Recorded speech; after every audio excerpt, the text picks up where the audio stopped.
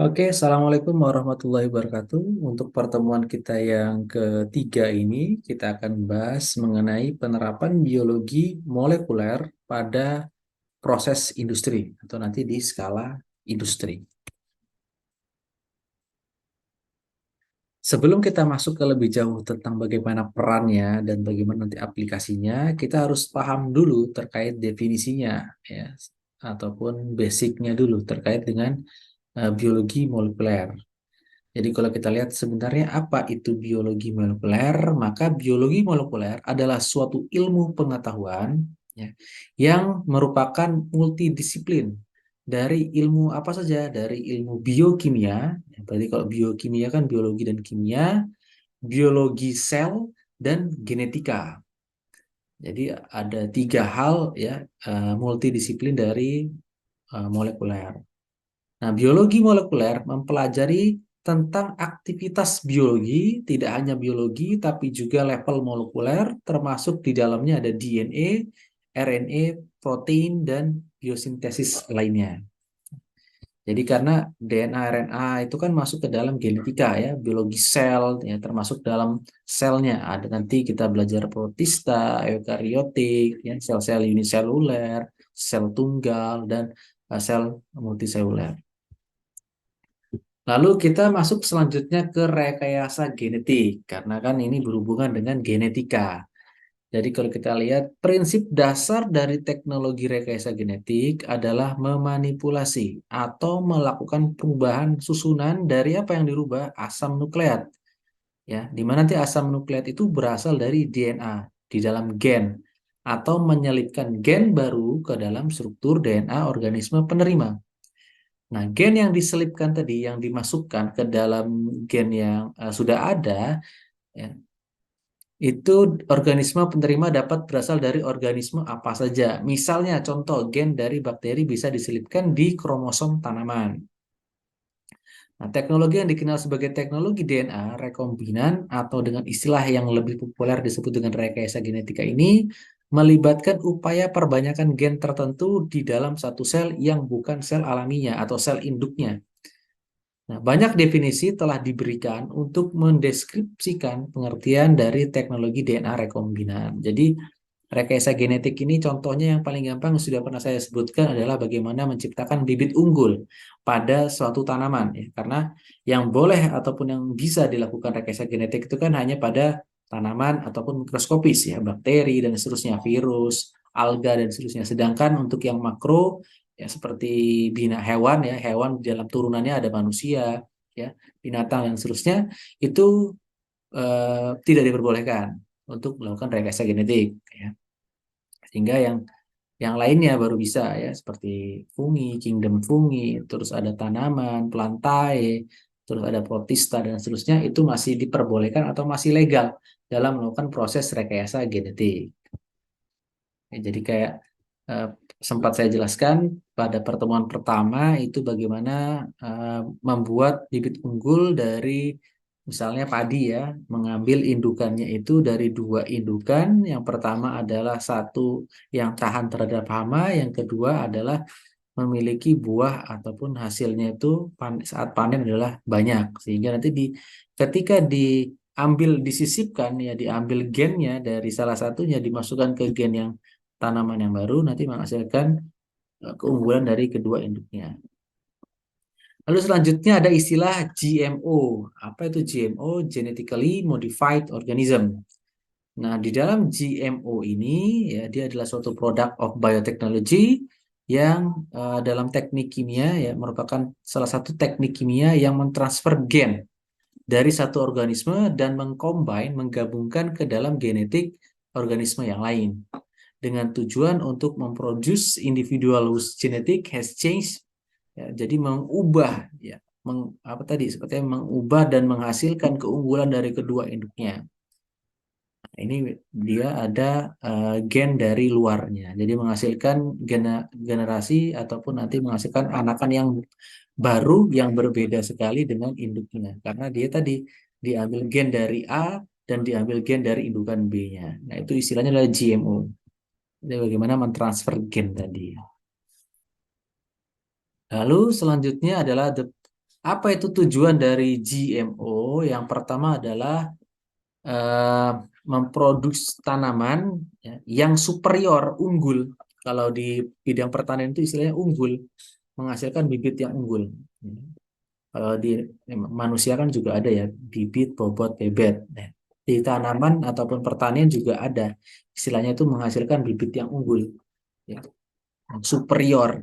Lalu membuat tanaman itu resisten terhadap apa? Terhadap hama, insektisida, virus, dan seterusnya. Jadi dia memiliki imunitas yang tinggi. Lalu apalagi tujuan utamanya? Menghasilkan buah yang banyak ataupun buah yang besar yang diinginkan oleh petani ataupun oleh peneliti. Nah, inilah beberapa tujuan awal dari GMO tadi, ya, khususnya bagi pertanian karena awalnya memang sebenarnya ditujukan untuk pertanian tadi, bukan untuk manusia, apalagi ya, apalagi manusia. Lalu ini development of transgenic plant in Indonesia. Jadi kita lihat bagaimana perannya sekarang transgenetik ya. Transgenetik itu perkembangannya kalau di dunia kan ada tadi ya, bagaimana menciptakan bibit unggul dari perkawinan silang atau rekayasa genetik. Lalu bagaimana di Indonesia? Apakah di Indonesia itu juga ada? Nah, kalau kita lihat, Indonesia responded to the policy of developing transgenic plant. Jadi bagaimana transgenik itu, ya, hukum transgenik, ya, perkembangan transgenik di Indonesia pada tahun 1986 dengan isu adanya Establish of Biotechnology Research Center, ya, atau misalnya di sini sekarang tuh BRIN. Di Indonesia, transgenic agriculture product or food are still in the field of research. Jadi masih dalam proses perkembangan atau masih dalam proses research. Sehingga not yet at the level. Jadi masih level yang belum memastikan. Kenapa? Karena belum mengetahui bagaimana tujuan akhirnya, apakah berdampak negatif atau berdampak positif, ya. Sehingga masih belum bisa untuk dikomersialisasi.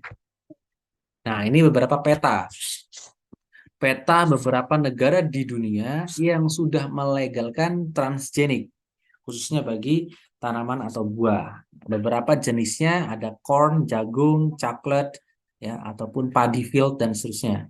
Memiliki karakteristik, ya, ketika sudah direkayasa genetik, dia memiliki karakteristik yang resisten terhadap apa? Stem borer. Resisten untuk apa? Fruitnya, buahnya. Jadi dia memiliki resisten dan juga ya kuat, misalnya dia apa namanya, antibodinya kuat, tidak tidak mudah diserang oleh hama dan seterusnya. Nah, inilah beberapa genetiknya, ya.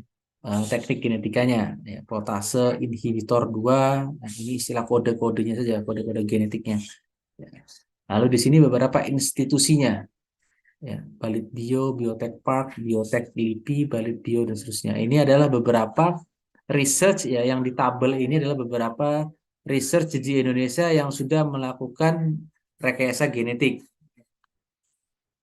Nah, kalau di peta di sebelah kiri ini ya adalah peta di dunia yang sudah melakukan proses ini tadi apa namanya transgenetik, ya. Jadi ada 18 biotic mega country growing 50.000 hektar or more of biotic crops. Jadi ada lebih dari 50.000 hektar yang sudah melakukan rekayasa tanahnya, ya, dilakukan untuk rekayasa genetik tanamannya. Ini beberapa di antaranya, ya. Kalau Indonesia masih belum, ya. Ini yang sudah, ya, ada Kanada, US, ya. Ada Meksiko, ya. Ada apalagi Argentina dan seterusnya. Kita masuk ke dalam contoh studi kasus penerapan GMO, penerapan rekayasa genetika. Salah satu contohnya yang sudah dilakukan adalah bagaimana pada tumbuhan padi, ya. Jadi pada tanaman padi. Nah, di situ dalam pembentukan berasnya, itu berasnya menjadi beras insulin khusus untuk apa, penderita diabetes, ya. Sehingga glukosnya yang ada dalam padi tersebut itu rendah sekali, membentuk suatu proses yang sangat panjang dan sambung menyambung dalam mensisipkan gen insulin ke bakteri yang digunakan sebagai vektor. Jadi bakterinya itu sebagai vektor. Jadi gen insulinnya dimasukkan ke dalam bakteri, vektor itu media, ya. Bakterinya adalah Agrobacterium. Nah, dalam pembentukan ini menggunakan bakteri E. coli sebagai penghasil gen insulin, sehingga tidak perlu berkali-kali mengembalikan gen insulin ke pankreas. Jadi peran E. coli di situ sebagai supplier gen insulin yang ada di dalam pankreas manusia. Jadi dia sebagai agen. Jadi gennya tersebut sebagai agen untuk meneruskan ke dalam pankreas manusia sehingga nanti bisa mensuplai insulinnya. Kenapa? Karena orang diabetes itu kan yang bermasalah adalah insulinnya. Insulinnya sudah istilahnya itu kalau mesin tuh aus ya. Sudah tidak bisa lagi memproduksi insulin yang cukup banyak sehingga apa? Diabetesnya ya tadi yang harusnya bisa dinetralkan dengan insulin, tapi karena insulinnya tidak bisa mendistribusikan atau memproduksi dengan baik, maka ya gula darahnya jadi tinggi dan seterusnya. Nah, ini beberapa latar belakang di Indonesia tidak jarang masyarakat terkena penyakit diabetes mellitus. Ya, tadi latar belakang terkait dengan genetika dari padi insulin tadi. Sehingga dari usia dini hingga usia lanjut penyakit diabetes itu. Jadi berbagai macam pengobatan pasti telah dilakukan sehingga sangat berpotensi sekali atau memungkinkan sekali jika beras insulin tadi, ya, padi insulin tadi dapat dikomersialisasikan sehingga harapannya mampu mengurangi eh, penderita penyakit diabetes di Indonesia. Nah, ini data perkembangan penderita penyakit diabetes mellitus ya secara rinci. Nah, ini beberapa cara atau tahapan step dalam pembuatan beras insulin. Yang pertama adalah proses pembuatan insulin pada E. coli dengan menggunakan teknologi DNA rekombinan sebagai supplier insulin dari bakteri E. coli. Jadi diambil insulinnya dari bakteri E. coli. Lalu insulin yang ada pada E. coli tadi disisipkan bakteri E. coli-nya pembawa gen insulin ke bakteri Agrobacterium sebagai vektornya, sebagai medianya. Jadi, nanti setelah itu vektor tadi, ya, Agrobacterium tadi, penyisipan gen Agrobacterium berinsulin ke dalam gennya padi. Jadi dia gennya itu kan dari E. coli tadi ya. Gen insulinnya dari E. coli diambil salah satu genetiknya ya dari proses DNA rekombinan dimasukkan ke dalam gennya si bakteri. Nah, dari bakteri Agrobacterium itu nanti dimasukkan lagi ke dalam apa yang ketika sudah menyatu antara gen E. coli dengan gen Agrobacterium diambil lagi dimasukkan ke dalam gennya si padi. Jadi ada vektornya melewati Agrobacterium. Tidak bisa langsung dari E. coli ke padi, tapi ke Agrobacterium dulu. Kenapa? Karena gennya tidak bisa langsung. Jadi paling mendekati padi itu bisanya gennya ke Agrobacterium. Nah, itu adalah beberapa proses pembuatan insulin pada E. coli dengan menggunakan teknologi DNA rekombinan sebagai supplier insulin dari bakteri E. coli. Jadi itulah beberapa tadi penjelasan atau penjabaran bagaimana rekayasa genetik itu mampu menghasilkan teknologi ya dari bakteri khususnya sebagai vektornya menghasilkan produk-produk yang berguna sekali bagi manusia baik dari sisi kesehatan apalagi sisi lingkungan. Oke, itu saja untuk pertemuan kita pada hari ini. Terima kasih banyak atas atensinya. Saya akhiri. Billahi taufiq wal hidayah. Assalamualaikum warahmatullahi wabarakatuh.